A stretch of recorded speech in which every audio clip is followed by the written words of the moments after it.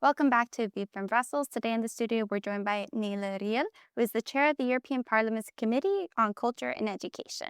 Nela, thank you for being here. Super happy to be here. Thank you for having me. Speaking on the topic of culture and education in the EU, I wanted to talk a little bit more about what culture means in Europe, because when people think about the EU, the European Parliament, they don't necessarily think about culture being such at the forefront of it. But more specifically, we're starting to see that this is becoming a really sensitive debate within the EU, particularly as it relates to how this plays out in artistic freedom and expression. So you've warned about attempts of the far right and populist movements moving to influence culture policy. Why has culture become such a political battleground? Thank you for this super interesting question. And you started off the question by asking why is culture in general so important, right? And I do think this is what connects all the people within the European Union, but also abroad, what connects us with the world, I would say. But then we're also just very proud of all this, diverse culture that we have in the European Union. That's something we need to keep. That's something we need to foster. I personally truly believe that democracy starts with culture. Culture means spaces where people meet, spaces where people create, spaces where also people are critical against us, towards us, the politicians, where they really, challenge us. And this is something that we are not allowed to lose. And I also do believe that this is the reason why the far right really tackles culture as a battleground right now. They don't want to be challenged. They don't want to have freedom of expression. They want to have everything very much narrowed down. We see that in several countries right now. We saw it in Hungary, of course, now that we have to change. Luckily, we're super happy for that. But we also see it in Slovakia, where I've been some week ago and spoke with stakeholders over there, where we can see that people who are not, acting in line with the government, with the culture ministry, are being replaced. So there's no such thing as freedom of culture expression. We also do see it in Germany, where I come from, where we saw that, bookshops are being excluded from certain competitions because they were too left leaning. That's what the culture minister said. So there's like this kind of the attempt to influence culture politically, because politicians know that this is where democracy, this is where voices, aspire, where new ideas come up. And I do believe the far right is afraid of that. On the far right and influencing culture, and as you mentioned, so the bands of left or right expressions in through the arts, where is the line then between how to protect citizens, but also how to enable their freedom of expression and also their viewpoint? Well, this is the kind of new idea that's, up in the air due to stakeholders, but also me. We have this idea of this so-called Culture Artistic Freedom Act, because we really want to safeguard culture. We do have in the European Union the EMFA, the European Media Freedom Act, which is kind of a tool for journalists, investigative journalists, to actually protect their rights. And that is what we see, what we also need for all sorts of culture workers. We need to be able, you said, like, we need to really draw this fine line in protecting everything who's active in the culture sector, but also enable them to actually create and to foster. And what we need to really go away from is this political influence in what culture is. Our job as politicians is not to gain power over what deciding what culture should be like, but to really, set the ground for a free, open, and diverse culture. That is our job. And because we see that this is being attacked, we need to have tools to then, interfere and be like, if we see politicians interfering with culture, the tool to tell them, stop, this is culture, they're free, freedom of expression, and all this. So please let them do whatever culture workers want to do. And for perhaps our audience who is learning about this topic, how does the European Parliament define culture actually in the EU? What is it based on? That's a very good question, because there's no such thing so far as a definition of culture. We are, or there are members who want to go in the direction to define what a culture, what an artist actually is. But of course, this is very delicate, right? Because again, it's not on us as politicians to decide this is art, this is culture, and this is not, but it is on us to really set a level playing field. So by going into the definition, we really need to be careful that nobody can misuse the definition of either artist or culture to ban certain people from actually creating. Because if we as politicians then had the tool to say, okay, you are an artist, but you are not. Mm. We will fund your work, but not yours. Of course, politicians would, or not all, but some politicians, I'm looking at the right, Yeah. would go into the direction to ban like the art that they don't find fund worthy, and that's really the delicate line that we are tackling right now. And you've mentioned or bringing up as well the far right and extremist views against culture and also education. You've argued that education and culture are part of Europe's democratic security.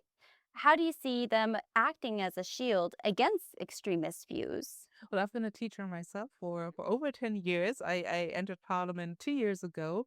And what I saw is that if we don't have civic education really at the heart of school and education, people don't really understand, right? They're like young people and also older ones. I really want to see this as like a lifelong topic. Mhm. Are exposed on social media to disinformation, they cannot really not only disinformation but also of course artificial intelligence.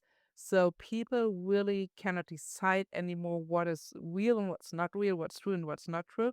And in order to have a functioning democracy where everybody, and that is good, every citizen is required to make a decision in the moment he or she votes, he or she needs to be able to actually, yeah, understand what he's voting on, where the information comes from. So this is really why I think that civic education, also media literacy, are super Mhm. important.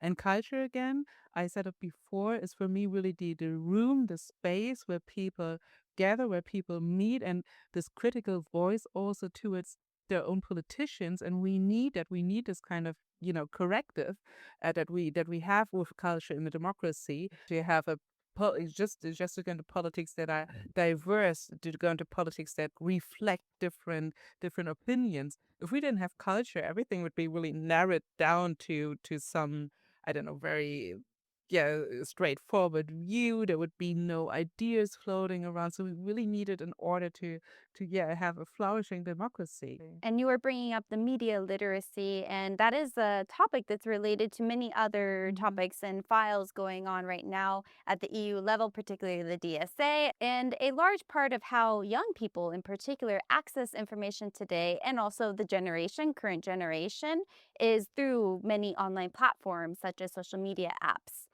Do you think Europe is having the right type of conversation on this issue, speaking from your point of view? Well, the type of conversation we have right now is a ban, right? For Mhm. young people. Well, and here it starts under the age of 16, 14, 13, 10, whatever. Like we are looking at different member states, and every member state is like, I'm going to do my own thing. So this is where it starts. What I do feel this is not the right kind of conversation we're having. If we have a conversation about banning, we need to have a European solution because it doesn't make any sense if someone who lives in northern Germany then crosses the border to Denmark and has a different kind of age band. So here we really need European solutions. Then, of course, the ban itself, this is not my favorable option because I just said it right. Social media, internet is just something people grow up with. Yeah, so ubiquitous today. Exactly. And then banning a huge part of our society from it, I doubt that this is the right way to go. That means I do believe that, of course, we need to have a conversation on it. We need to have a conversation on how do we enable young people, and again, also older ones, because I see some older people, on Facebook and believing whatever they see there and sharing that. No, really, through all the generations, enabling them to actually engage with social media with all the information they see there. Personally, as a teacher, of course, I know that in a certain part of a life while the brain is still developing, that the exposure to social media is not very favorable. So, Mhm. from a scientific point of view, we should look at it, but not like populist and just be like, I want to ban everyone under 16.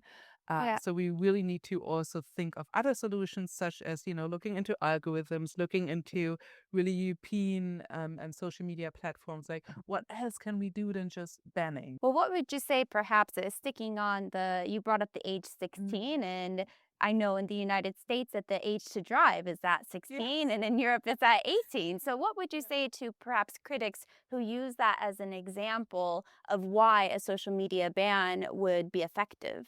Again, like, because I don't believe that this is just an issue of the young generation. I do personally. I mean, I'm 40 now, and still I see stuff on the internet, and I believe it because I cannot judge whether it's true or whether it's real or not. We need solutions for the entire society. This is really something that I would always argue. And also, of course, social media and the internet as a whole also can be a safe space. Also, if we look at young people from, I don't know, countryside who are maybe queer or whatever, and they then through social media for the first time can engage with, their peer group. This is something that we should also consider, that of course it's very dangerous on the one hand side, but there's also opportunities in it, and these we should actually foster. When it comes to navigating the online world and as you're mentioning, being more literate in the digital sphere, what is the European Parliament doing right now to promote media literacy across the EU?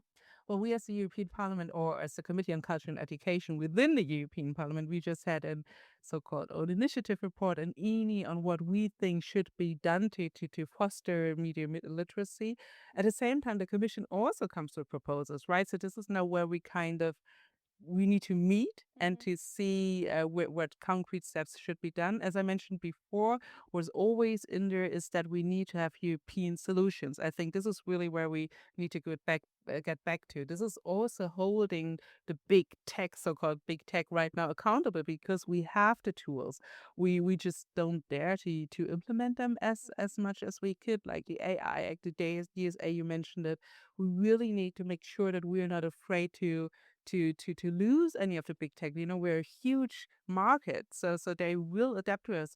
And also, when I went to LA, I think it's 1 year ago now, yeah, and we spoke to stakeholders there. They said actually that our regulation that we have is also fostering innovations over Mm. there, because they need to adapt to what we come up with. So I sometimes feel like we're like too scared to shy away someone and then don't act, or don't implement enough. But this is really the state that we're at. We need to implement now. I have to admit though that of course, yeah, the technical development is always so fast that we're kind of always not ahead of the Yes, a curve. few steps behind. Yes, so that feels a bit like, oh, we need to, we need to be fast. And also, of course, our processes in the EP, in the commission, are very slow, and it's good, but Yes. sometimes we need to be a bit more, to foresee a bit more what the future brings. And that is the Brussels effect, and one of my favorite one is the USB-C and Yes, changing that over, it's a good example. exactly. Perfect. Yeah, perfect example. I wanted to talk a bit about the Erasmus Plus program because that's very popular across the EU and it's created a lot of mobility and also fostered one of the key freedoms. However, when it comes to having equitable access across the member states, are some questions and concerns to make sure that every European is able to access the same opportunity. Do you see the discussions right now on the EU budget perhaps impacting the future of Erasmus Plus? And also, could you speak about how this would impact equal access across the EU? This is a huge topic, and it's also a topic that I've been working on in the EMPL committee, in my capacity as the rapporteur of the opinion within the EMPL committee on Erasmus, because here I wrote into that my goal, or our goal, is really to have 20% of people with few opportunities background, to have them participating in Erasmus. Of course, 20% is not enough. I'm Right. very much aware of that, but this is like the first step that we need to take right now.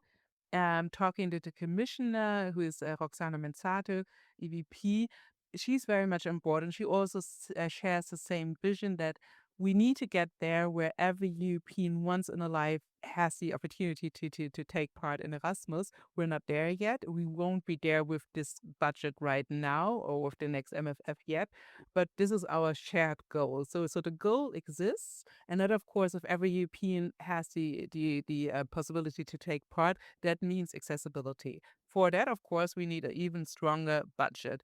Now, when we got a proposal for the next MFF, which will be negotiating, I think in Q1 of 2027, because right now we're as a European Parliament um, writing our position.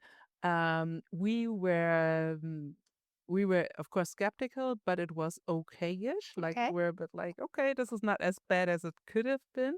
At the same time, we have to admit that within the budget, of course, now Erasmus Plus needs to cover even more programs. And then we also have inflation. So the real, it's not so much higher the budget than we would have thought, and that we all need, that we all know that we need in order to make Erasmus more accessible. We need to have more money.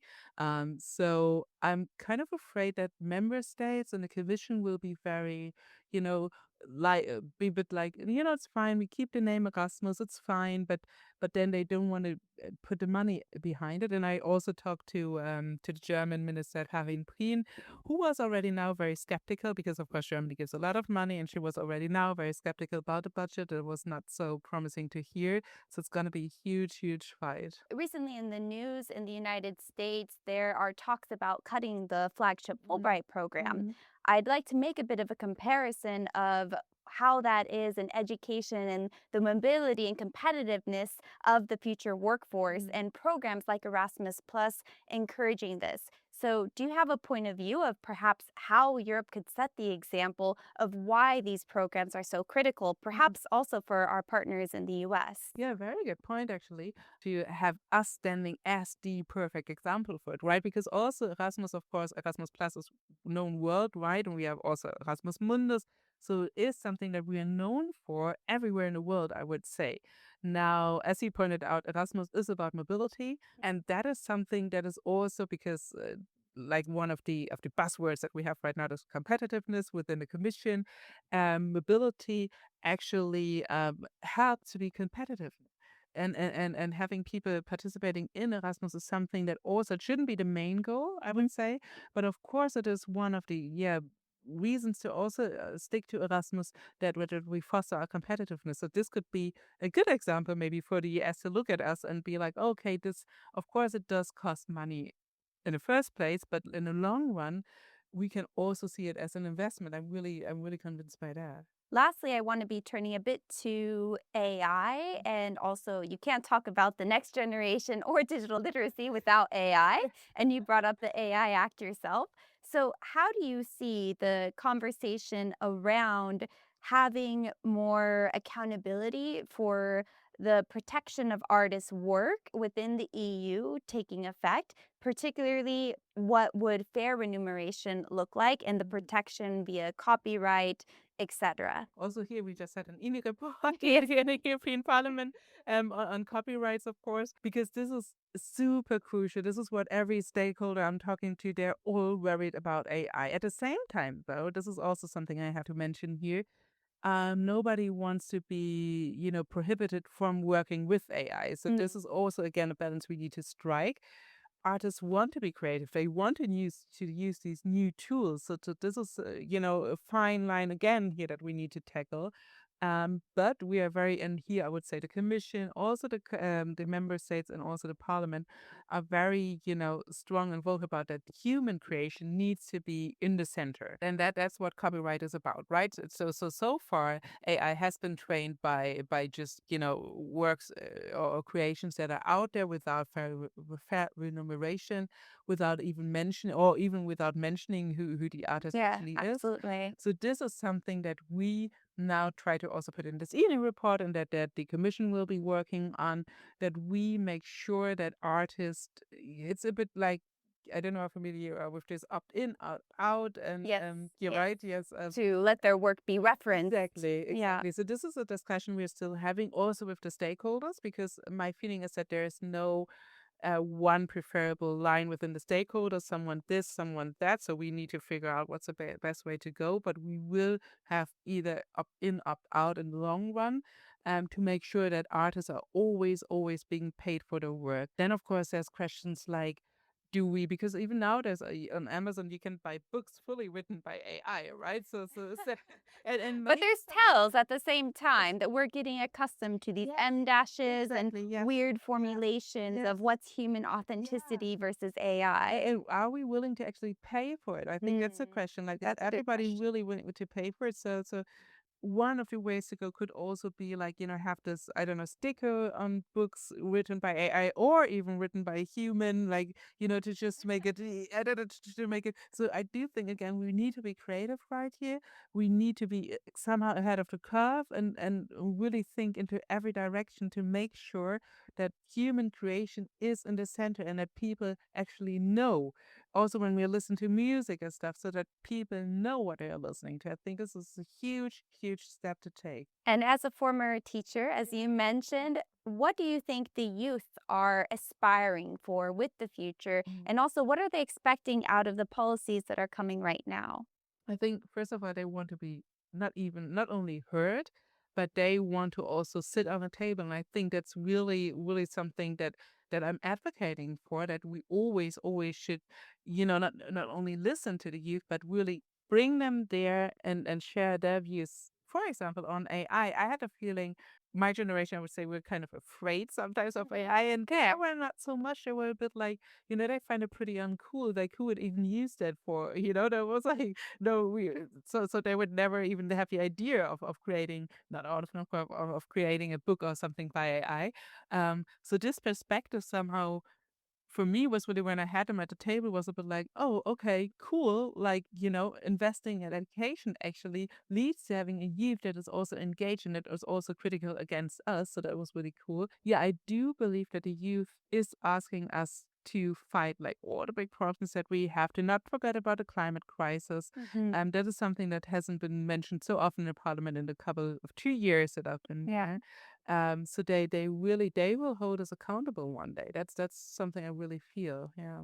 And to wrap it up, I feel of course we talk about a lot about youth when we talk about defense, when we talk True. about security. So we ask for a lot from the youth, but so far, when it comes to Erasmus, when it comes to things doing for the youth, we're more like, there's not enough money, and there's again An balance here. Yes, imbalance. again, an imbalance that we need to tackle and that we really need to be working on. Well, thank you so much, Neela. This was a really delightful conversation. And hopefully we'll have you on again. We're And very happy to be here again. that'd be great. And thank you so much to our viewers. We'll see you next time.